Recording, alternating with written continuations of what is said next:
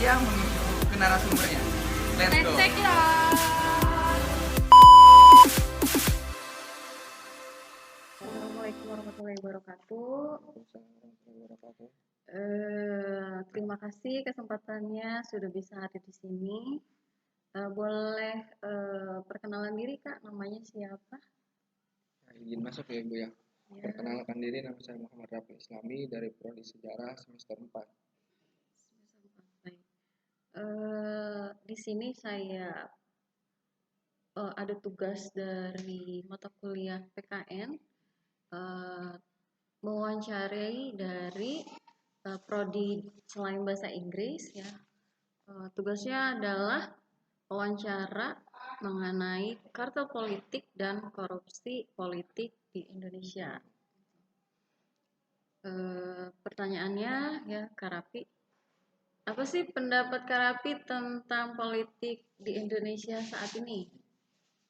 Ya, kalau menurut Rapli sih pendapat politik hari ini di Indonesia lagi sedang tidak baik-baik saja. Kenapa Rapli bisa berbicara politik Indonesia sedang tidak baik-baik? Rapli nariknya dari isu yang beredar saat ini itu RKUHP yang dimana itu bisa semuanya bisa kena masyarakat, aktivis, mahasiswa dan semuanya karena di situ ada pasal-pasal karet yang dimana menghina pemerintah akan dipenjarakan di situ. Lantas pertanyaannya hari ini, nanti bagaimana kalau masyarakat menghina pemerintah itu dipenjarakan? Bagaimana dengan pejabat menghina masyarakat? Apakah itu dipenjarakan? Iya. Nah gitu, menurut Rapli gitu. Makanya sedang tidak baik-baik saja. Makanya ini isu ini sedang dikawal oleh mahasiswa dan kawan-kawan yang lain untuk membuka draft dan untuk apa ya? Untuk merevisi pasal-pasal tersebut. Rencananya itu akan disahkannya tahun ini kah atau tahun depan? Kalau yang beredar sih isunya secepatnya akan disahkan. Oh gitu. Mungkin bulan-bulan ini. Kemudian pertanyaan kedua ya. Pada tahun 2024 yang akan datang menjadi tahun politik di Indonesia, gitu kan? Adanya pilkada, pilpres dan pileg serentak. Apa sebaiknya yang harus dipersiapkan untuk menghadapi tahun politik ke depan? Ya menurut Rapli sih yang harus dipersiapkan ya orang-orangnya ya. Yang pertama, orang-orangnya kita kan gimana ya ibaratnya kan demokrasi di Indonesia itu kan masyarakat itu satu suara masyarakat suara Tuhan ibaratnya gitu kan Ibu ya. Iya. Nah maka dari itu kita sebagai masyarakat harus pintar-pintar melihat calon kita, jangan sampai kita salah memilih calon kita karena ini 5 tahun sekali menentukan kehidupan kita ke depannya. Betul. Mungkin itu saja. Kalau misalnya orang-orang yang dipilihnya gitu kan bertanggung jawab kepada masyarakat mungkin nggak jadi masalah Ya. gitu ya. Karena kan kebanyakan awalnya doang janji-janji manis, Nah, ketika itu. udah jadi kan lupa dengan masyarakat gitu. Yang berhubungan sama serangan pajar, menurut Karafi itu gimana itu? Ya. Masalah serangan pajar ya itu mah udah kulturnya Indonesia kali ya Bu ya. Tidak Sudah. bisa diubah gitu itu mah. Sudah jadi budaya Ya. ya, budaya politik. Lanjut ke pertanyaan ketiga ya. Bagaimana pendapat Karafi tentang korupsi di Indonesia? Kemudian kira-kira apa sih yang menjadi sebab korupsi itu begitu marak gitu? Kalau berbicara korupsi hari ini di Indonesia ya sangat ya tidak beres-beres ini di Indonesia itu korupsi ya Bu ya. Karena sebab awalnya ekonomi kalau menurut Apri. Kenapa? Karena anggota dewan ini nggak mau kelihatan oleh masyarakat dia itu gimana ya tidak mempunyai harta gitu dalam kan tanda kutip ya Bu tidak mempunyai harta gitu kan dia nggak mau ngeliatin hidupnya sederhana gitu jadi anggota dewan itu pengennya kan lihat rumahnya yang mewah gitu anggota dewan itu makanya mungkin ada kesempatan untuk korupsi gitu Karena dari kesempatan ya itu ada kesempatan akhirnya disalahgunakan. ya gitu Bu. Pertanyaan keempat, apakah Karapi setuju dengan sistem demokrasi Indonesia saat ini yang menggunakan multi partai atau banyak partai. Tidak seperti di Amerika yang menggunakan dual partai. Gimana itu? Oh, kalau menurut Raffi sih, Raffi sangat setuju ya di Indonesia ini memiliki apa ya, memakai sistemnya demokrasinya itu multi partai karena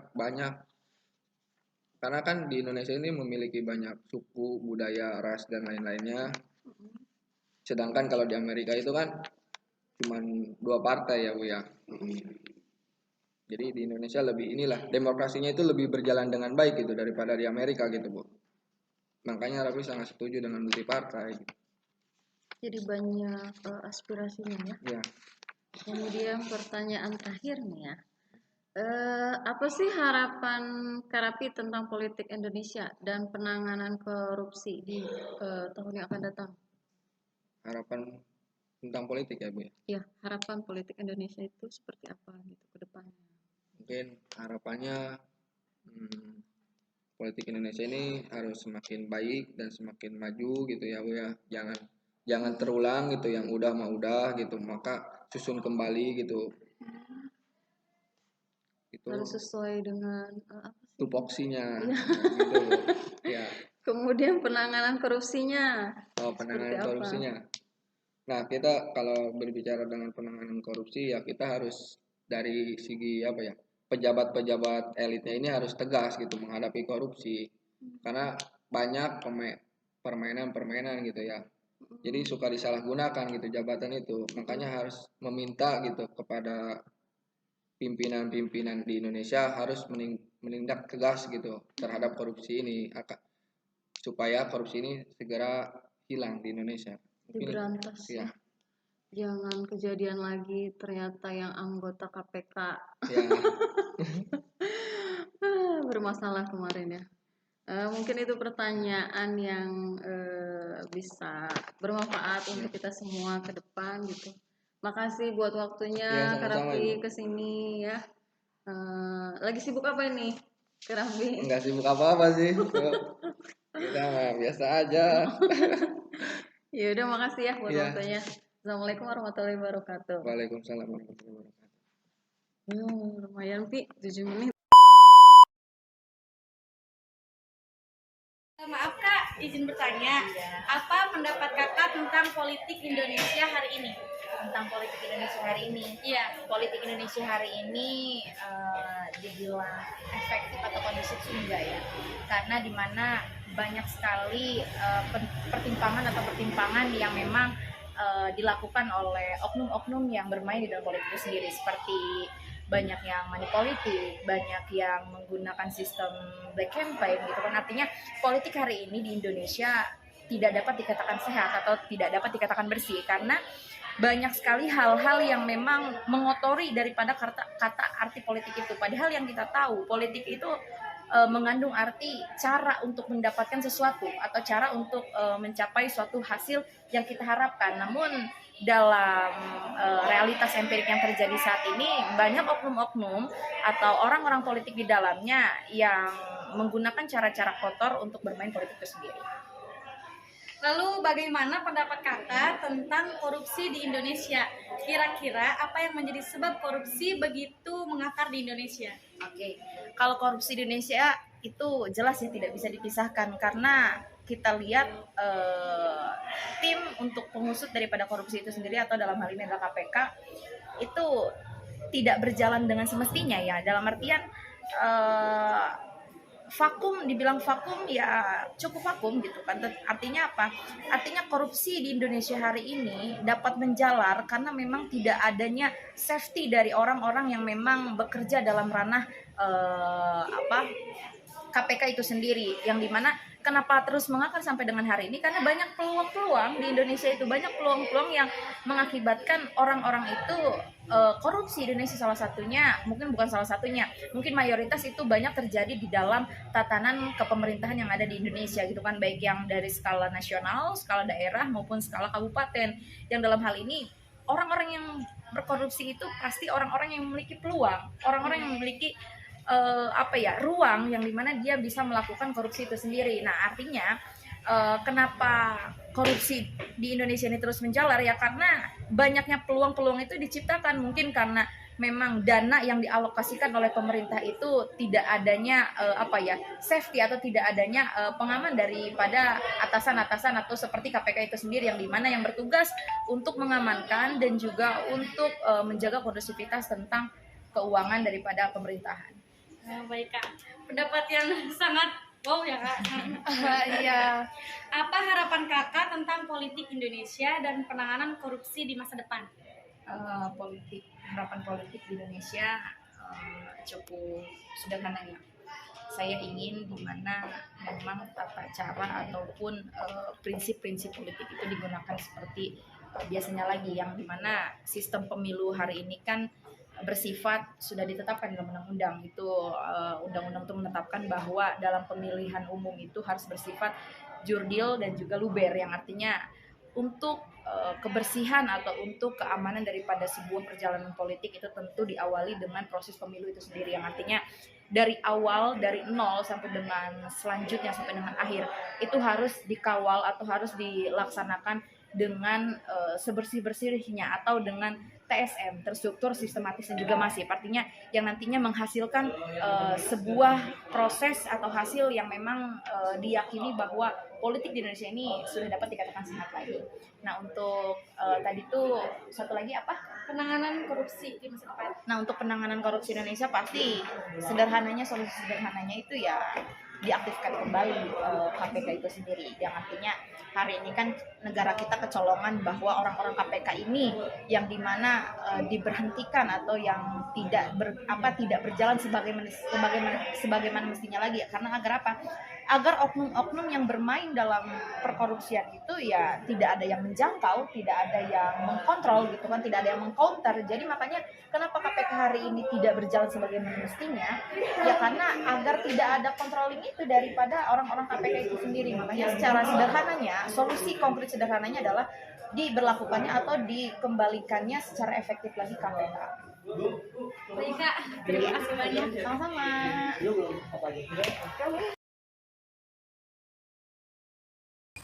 Assalamualaikum warahmatullahi wabarakatuh. Waalaikumsalam warahmatullahi wabarakatuh. Perkenalkan, nama saya Fahlul Harizi, saya dari Prodi Pendidikan Bahasa Inggris. Di sini saya bersama dengan Bung Dimas. Bung Dimas ini adalah salah satu alumni dari STKIP Setiabudi, program pendidikan Bahasa Indonesia. Betul. Tuh, oke. Apa kabar Bung Dimas?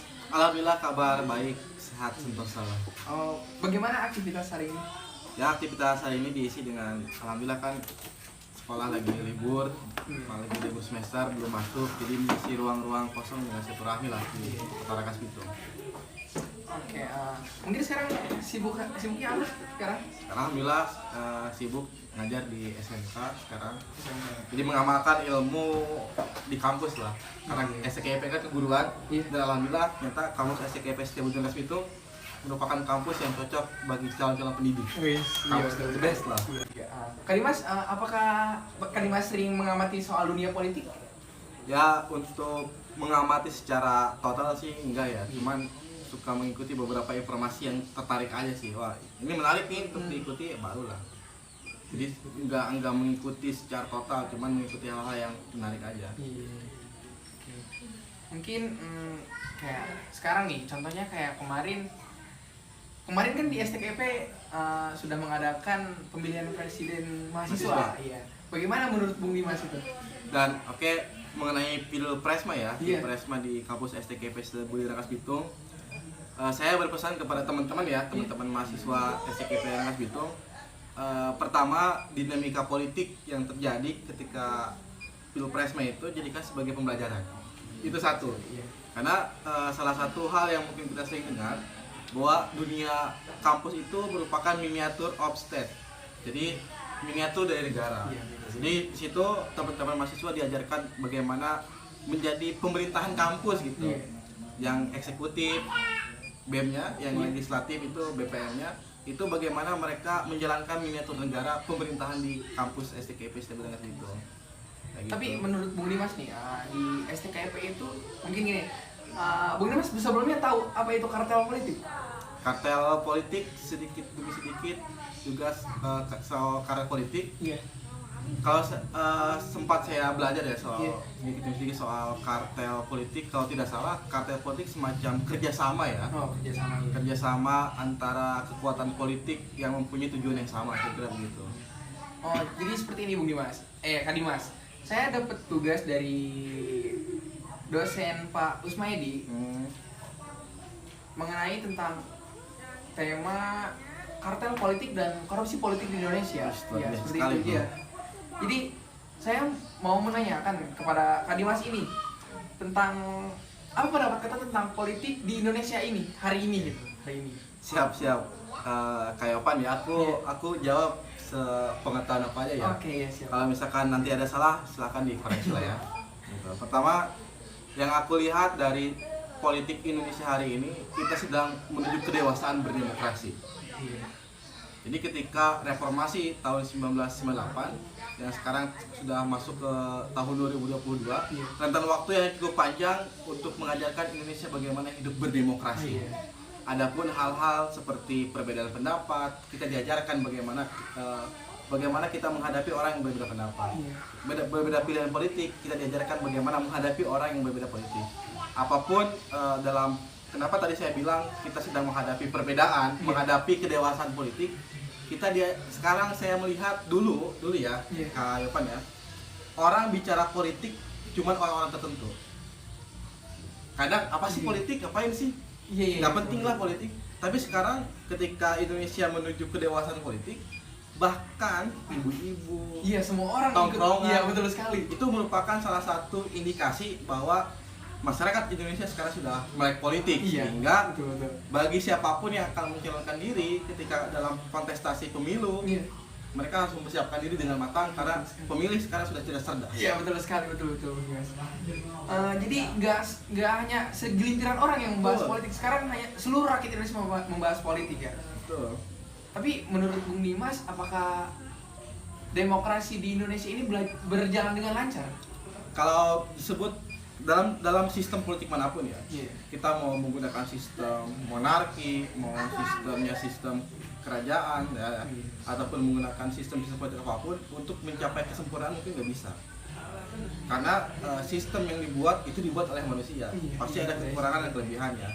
Paling kita apakah sudah ideal apa belum, kira-kira seperti itu.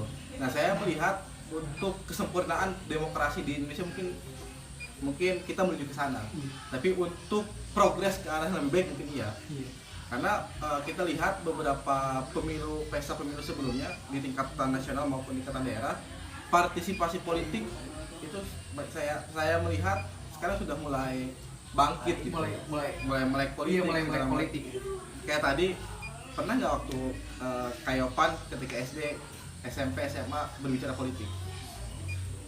Iya sih, seriusan sering. Kalau saya nih, kalau secara saya, pengalaman saya, ketika saya di tongkrongan, kita bukan membahas soal masalah politik di Indonesia loh. Seperti itu.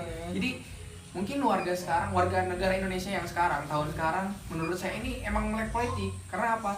Ketika ada penjagalan di dunia politik di Indonesia, kita bahas, kita rembukan, kita kaji. Ini kenapa sih seperti ini gitu loh? Nah itu keren karena memang dalam demokrasi hari ini, hal yang paling utama adalah saya pernah melihat beberapa tokoh politik pernah berkata seperti ini. Saya tidak sependapat dengan pendapat kamu, tapi saya akan berusaha agar kamu tetap berpendapat. Itu merupakan kunci. Dan selanjutnya adalah soal politik. Hal yang paling penting juga adalah memberikan kesempatan bagi orang untuk dipilih dan memilih. Di Indonesia itu ketika dalam hal konteks pemilihan umum, tanpa melihat agama, Gender, suku, ya, bangsa, suku gender, dimanapun, segala ya, macam, betul sekali. semua berhak Iya. untuk ikut serta dalam kontestasi pemilu. Iya, itu betul. sungguh luar biasa bagi saya. Oke. Politik di Indonesia ya. Oke. Mungkin yang akan datang pemilihan tahun 2024 ya. Betul. Pemilihan yang akan datang 2024 mungkin akan menjadi tahun politik di Indonesia. Pilkada, pilpres dan pileg.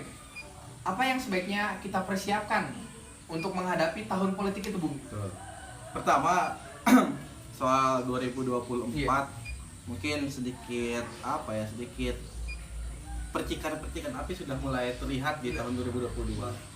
mulai dari beberapa statement dari partai politik yang mengusung beberapa nama, calonnya ya. terus beberapa lembaga survei yang sudah membuat satu penelitian ya, atau misalkan satu hasil dari riset mereka mengenai beberapa tokoh nasional yang mempunyai elektabilitas tinggi di kalangan masyarakat. Ketika ditanya apa yang harus kita persiapkan, sebenarnya kita harus belajar pada pemilu 2019 ya teman-teman semua. Kita lihat di pemilu 2019 terjadi polarisasi masyarakat yang jelas. Iya. Antara kubu nomor 1 dan kubu nomor 2 itu terjadi polarisasi yang sangat luar biasa di masyarakat. Ada yang beda pendapat segala macam, atau polarisasi ini maksudnya seperti ini loh.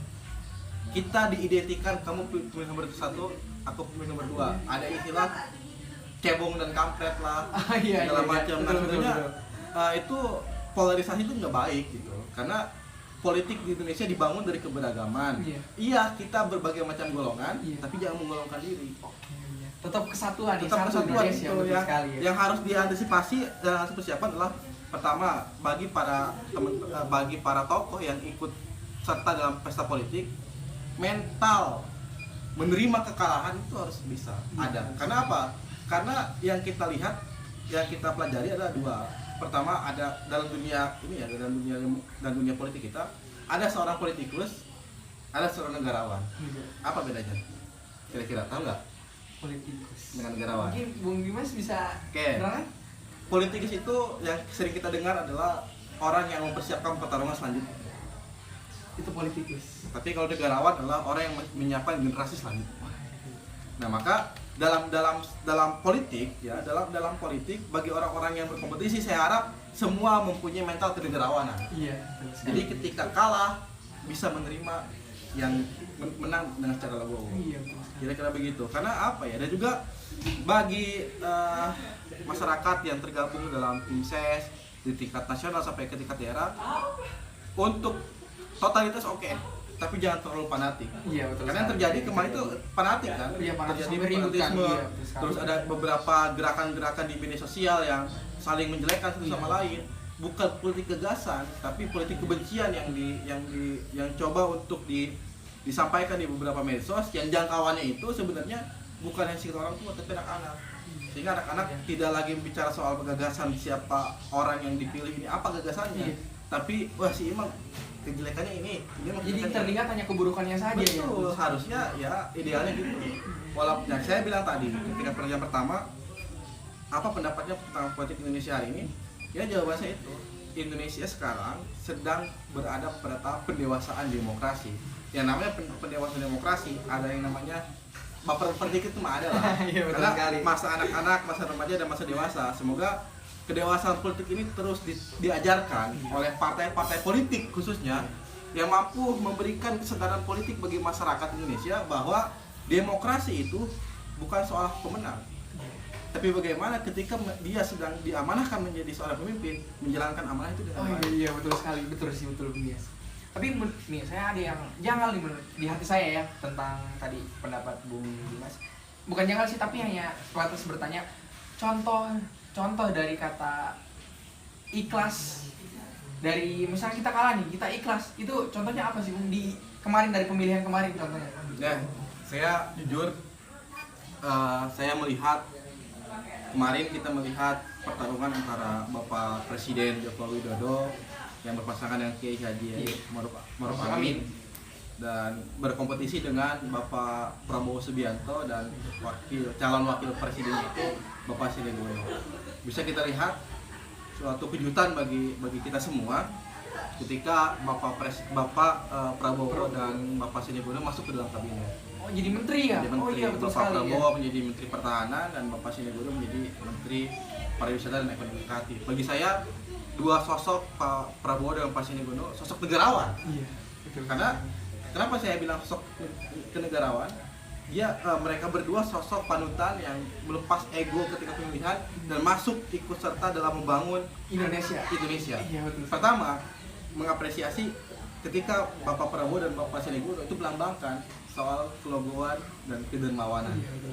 Ikhlas dia, ikhlas. Itu karena ketika beliau masuk ke kabinet itu menciptakan sedikitnya stabilitas politik yang ada. mungkin dibahas politik ya. Di Indonesia ini mungkin di zaman Jokowi sekarang menurut Bung Dimas bagaimana sih tingkat korupsi di Indonesia itu? Nah mungkin kalau saya jawab pertanyaan itu saya nggak punya data ya. Iya. Kalau misalkan berapa banyak segala macam, karena khawatir ini menjadi konsumsi yang salah bagi publik ya. Oh iya. Kalau misalkan ditanya persoalan korupsi di Indonesia, saya tidak bisa menjawab persoalan itu karena saya bukan KPK Iya, betul sekali. dan ada beberapa literasi yang tidak saya pelajari sebelumnya karena khawatir ketika saya menyebut berapa segala macam mungkin Ya, saya tidak jelas ya nanti datanya. Betul. Gitu. Oke, tapi menurut Bung Kadimas nih ya dari tahun yang lalu di zaman SBY dan sekarang Jokowi, bagaimana sih perkembangan politik antara kedua presiden tersebut? Apakah terlalu jomplang atau bagaimana? Dari sisi apa? Dari sisi mungkin euforia politiknya, euforia dari pemilihannya mungkin. Betul. Saya ketika Bapak Susilo Bambang Yudhoyono memimpin dan Bapak Jokowi itu memimpin, kedua sosok ini mempunyai kelebihannya masing-masing. Iya. Ada kelebihan di wilayah penataan birokrasinya, ada yang kelebihannya di wilayah pembangunan infrastrukturnya. Iya. Yang pasti ketika era Bapak SBY maupun era Jokowi, Bapak Presiden Jokowi, dua sosok ini terpilih melalui sistem pemilu yang ideal bagi saya. Kenapa idealnya? Karena mereka dipilih melalui suara rakyat. Kayak Iya, gitu. betul. Dan perkembangannya di mana? Perkembangannya itu tadi. Ketika misalkan masyarakat, mungkin perbedaan yang kita baca dari literatur ya, Iya. soal bagaimana Orde Baru, ya tentang bagaimana orang menyampaikan pendapat itu dibungkam segala macam. Tapi dari dua sosok ketika ditanya antara Pak SBY maupun Pak Jokowi, mereka sama-sama presiden yang tidak anti kritik Oh iya, dan betul sekali. memperbolehkan gerakan-gerakan mahasiswa atau gerakan organisasi lainnya untuk melakukan aksi demonstrasi, dan mereka tidak membungkam itu.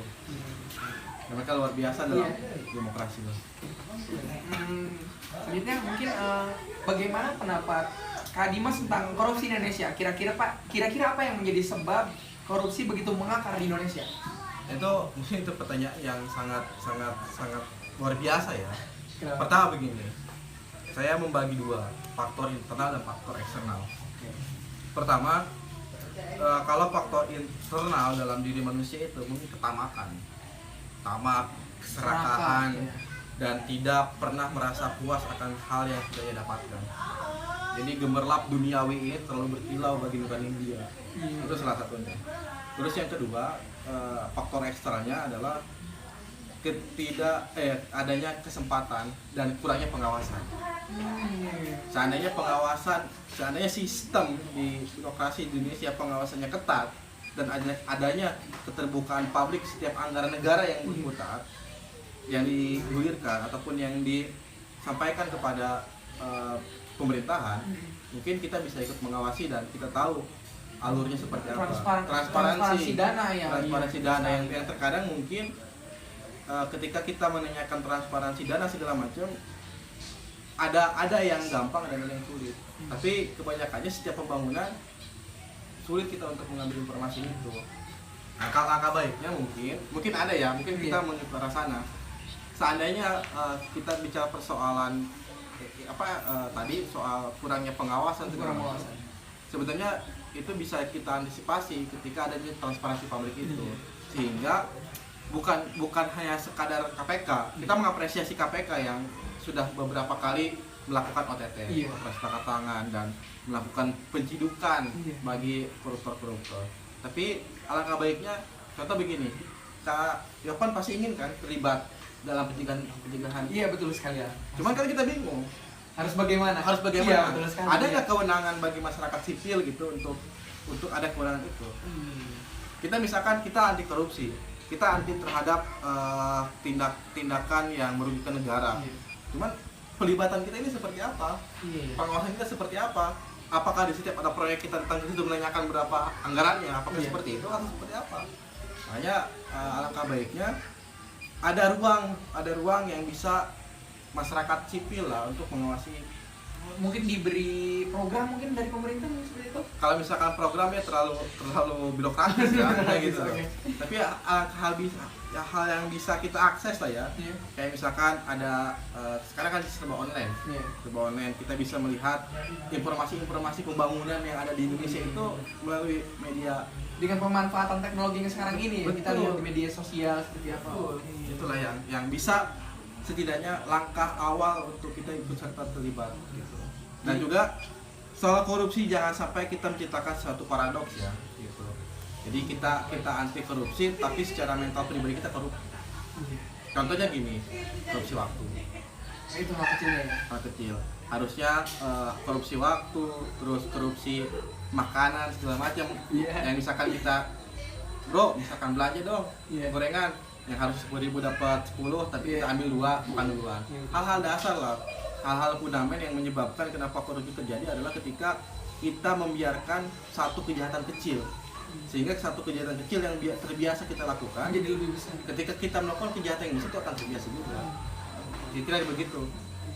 Mungkin itu solusinya juga ya dari korupsi yang ada di Indonesia ini. Mungkin apakah Kak Dimas setuju dengan sistem demokrasi di Indonesia hari ini yang menggunakan multi partai atau yang tadi kita sebut kartel partai ya? Tidak seperti Amerika yang menggunakan sistem dual partai. Oke. Mungkin ada orang bilang bahwa ini pendapat pribadi saya ya. Banyak orang bilang bahwa sistem demokrasi kita harus belajar demokrasi kepada Amerika Serikat. Ada betulnya. Tapi nggak semua sistem yang bisa kita ambil karena sistem politik itu harus disesuaikan oleh dua, kultur dan nature, oleh kebudayaan dan oleh alamnya, oleh geografisnya. Nggak bisa setiap konsep, oke, mungkin sistem politik A baik di negara A, tapi ketika diambil ke Indonesia itu betul-betul baik juga. Jadi harus disesuaikan Sesuai dengan budaya. Betul, ketika misalkan kita bicara persoalan multi partai, ini sebenarnya ya warisan dari sistem politik pemilu pertama pada tahun 1955 yang banyak sekali partai di situ. Oh Mungkin iya, zaman Soeharto kan? Soekarno. Oh, Soekarno, zaman Soekarno. Ketika zamannya Bapak Soeharto, ada beberapa partai dilebur menjadi 3 partai. Dan ketika reformasi kembalilah banyak partai yang muncul. Nah, bagi saya multi partai itu akan baik ketika setiap partai politik membawa ideologi. Partai politik menjadi partai ideologis. Partai ideologi. Gitu. Jadi partai politik yang membawa selain membawa politik juga membawa pendidikan ideologinya. Oke. Kayak gitu. Ada mungkin partai yang membawa partai Islam ataupun partai nasionalis segala macam. Ketika partai ini akan menjadi baik ketika mereka berkuasa menjalankan apa yang menjadi pedoman di partai tersebut. Jadi lebih jangan hanya sekadar gini loh. Partai multi partai tapi tidak mewakili background partai tersebut. Itu yang Oh iya. Jadi partai itu harus membawa ideologinya gitu ya. jadi menjadi partai ideologis loh. Dalam artian ketika menjalankan pemerintahan sesuai cita-cita yang ada di Partai tersebut, ya. Tapi saya meyakini semua cita-cita partai adalah cita-cita rakyat. Harusnya begitu. Iya. Jangan sampai keinginan partai politik itu berbeda dengan keinginan masyarakat yang menginginnya. Jadi jangan sampai partai itu hanya mementingkan kepentingan kepribadiannya saja, kepentingan partainya saja. Betul. Jadi harus mementingkan dan membawa kepentingan rakyat tersebut. Betul, Oh, karena kenapa misalkan Indonesia kok multi partai? Karena mungkin kenapa multi partai? Karena di Indonesia itu diberikan kebebasan untuk berserikat, untuk berorganisasi. Jadi setiap orang berhak untuk membuat partai politik. Itu berhak. Dan juga saya harap dengan sistem multi partai ini banyak pilihan partai yang ada partai yang membawa milenial. Iya. Itu Iya betul. itu luar biasa. Mungkin saya sebut PKS, PKS bukan sih? Bukan. Oh, itu. Adalah saya Oh, iya. Jadi ada partai yang membawa ada partai yang membawa kemilenialan, itu luar biasa. Ada partai yang membawa tokoh nasional, ada. Iya. Ada partai yang membawa Islam, keagamaan Keagamaan, iya. atau partai Islam segala macam. Ada partai yang membawa nasionalisme. Sehingga variasi corak partai yang ada di Indonesia ini beragam Iya. sehingga bisa menarik partisipasi politik lebih banyak juga gitu. Kenapa saya sepakat multi partai itu? Karena di Indonesia kan luas, Iya. dari Sabang sampai Merauke, dari Miangas sampai Pulau Rote dengan luas wilayah yang luas sekali. Itu ya multipartai konsep yang jelas, yang cocok lah. Oke, ada pertanyaan terakhir mungkin ini ya. Boleh, Kak Dimas. boleh, Oke. siap. Apa harapan Kak Dimas tentang politik Indonesia dan penanganan korupsi di masa depan? Harapan saya ke depan Indonesia politik Indonesia mampu menciptakan masyarakat yang adil dan makmur, yang bisa mewujudkan cita-cita kenapa Indonesia ini berdiri, kenapa negara Kesatuan Republik Indonesia itu berdiri. Iya. Minimal harapan saya ke situ. Jadi sistem politik yang ada di Indonesia itu yang ditopang oleh instrumen politik mampu membawa Indonesia ke arah yang dicita-citakan. Gitu. Adapun misalkan tentang penanganan korupsi, mari kita dukung instrumen-instrumen pengawasan terhadap korupsi tersebut. Dan saya karena kita backgroundnya pendidikan ya, Iya. mungkin kayak Opan di bahasa Inggris yang kelak akan menjadi seorang guru bahasa Inggris. Iya. kita harus menanamkan nilai-nilai moralitas bagi generasi penerus bangsa, dimulai dari sekolah itu. Kita mengajarkan tentang gerakan anti korupsi, tentang nilai-nilai kejujuran, nilai-nilai moralitas, nilai keagamaan, adat segala macam. Karena mereka lah yang akan membawa perahu Indonesia ini di masa depan. Jangan sampai mereka ketika di dunia pendidikan tidak diajarkan hal itu. Minimal kita menjadi toladan, menjadi guru, digugu dan ditiru dalam penanganan korupsi itu di sekolah. Mungkin nanti kayak Opan ketika mengajar bisa lebih penguatan karakter. Oh, iya. Nah, sekarang saya ada beberapa ketika yang saya pelajari tentang di kurikulum di Indonesia. Iya. Sekarang sudah ada perhatian khusus tentang soal pendidikan karakter. Pendidikan karakter. Nah, tentang karakter keindonesiaan yang mencintai bangsanya dan anti korupsi tentunya. Mantap. Kak Dimas mantap sekali ini ya. Mungkin sekian, ada tambah lagi? Mungkin itulah itu, dan saya harap bagi generasi Indonesia dimanapun kita harus tetap belajar karena kecerdasan yang kita miliki ini akan berpengaruh kepada kemajuan bangsa Indonesia. Jangan pintar sendiri, jangan merasa jadi guru, tapi kita saling bergotong royong, saling berbagi pengetahuan agar menciptakan persamaan persepsi pembangunan negara Republik Indonesia. Mantap sekali. Wih, mantap ya mantap sekali pemateri kita hari ini, narasumber hebat sekali. Nah, ini biasa aja, saya masih belajar. Dan juga saya mohon maaf Iya. ketika apa yang saya sampaikan ada salah-salah kata, saya mohon maaf karena apa yang saya jawab merupakan apa yang saya ketahui. Oke, iya. Mungkin cukup sekian dari saya dan dari Kak Dimas ini. Terima kasih Kak Dimas Siap. atas semua jawabannya, hebat sekali semua. Saya masih Ya, belajar. Oke, mungkin cukup sekian. Wassalamualaikum warahmatullahi wabarakatuh. Masih. Bung Dimas tidak